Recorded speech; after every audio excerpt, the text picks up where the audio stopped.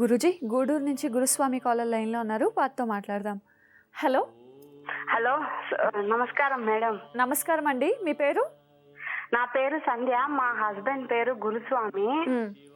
మాకు 2013 నవంబర్ 15 పెళ్ళయింది.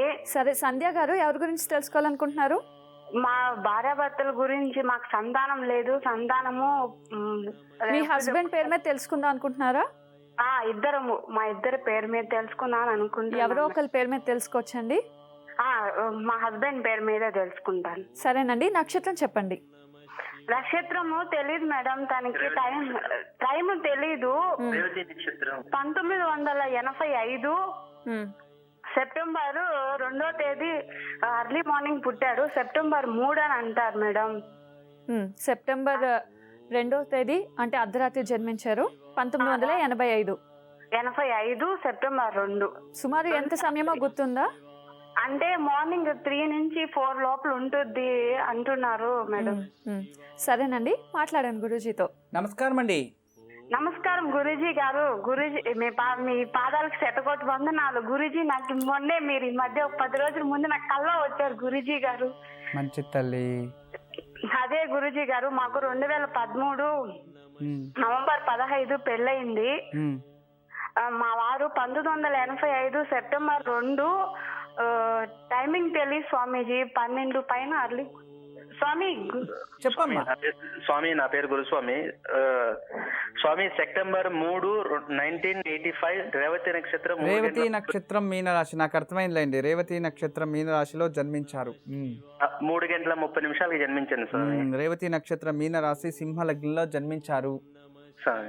జన్మజాతకం అయితే చాలా మంచిగానే ఉంది, కానీ మీకు చాలా కోపం ఎక్కువ.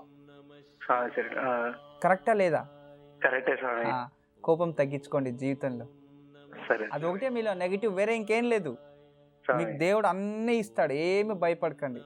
మంచి స్థాయి, మంచి పేరు, ప్రతిష్ట, మంచి నాలెడ్జ్ అన్నీ ఇచ్చేస్తాడు దేవుడు మీకు.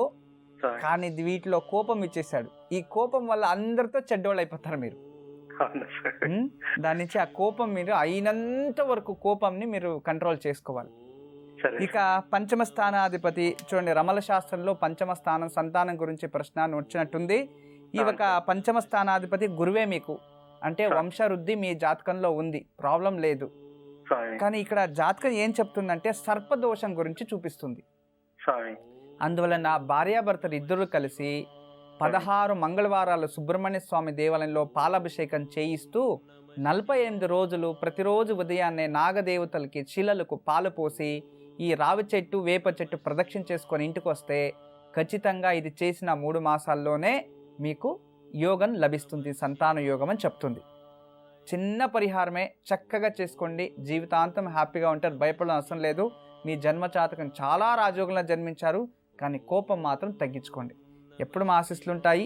నమస్తే. గురుస్వామి గారు విన్నారు కదా, గురూజీ చెప్పింది పాటించండి, తప్పకుండా శుభం జరుగుతుంది. గురూజీ కర్మఫలాల గురించి తెలియజేస్తున్నారు. కర్మఫలము అంటే ఇవన్నీ చూడండి, పాపము ఏదో కర్మ.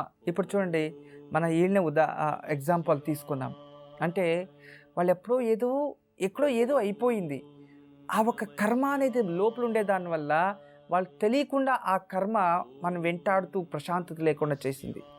అప్పుడు భగవంతుడు ఉన్నాడు అని మనం నమ్మి ఇలా భగవంతుని దగ్గరికి వెళితే ఖచ్చితంగా భగవంతుడు మనల్ని కాపాడుతాడు. అందుకే జీవితంలో మంచేది చెడు ఏది అని ఆలోచించాలి. ఎప్పుడు అనుకూలమైతే ఒకరు సహాయం చేయాలా వర్తు ఒకరి జీవితం నాశనం మాత్రం చేయరాదు. అనుకూలమైతే సహాయం చేయండి, ఎందుకు అపకారం చేస్తారు? ఆ వేరే వాళ్ళని అపకారం చేసే నేను బతుకుతాను అంటే మృగాలకి మనిషికి ఇక వ్యత్యాసం ఏముంది? అవును కదా. ప్రపంచంలో ప్రతి ఒక్క మనిషి మంచిగా ఆలోచించాడంటే మంచి ధర్మ పుడుతుంది, మంచి పిల్లలు పుడతారు, వాళ్ళకి మంచి బుద్ధి వస్తుంది, మంచి జ్ఞానవంతులు అవుతారు, మన ప్రపంచం మంచిగా ఉంటుంది.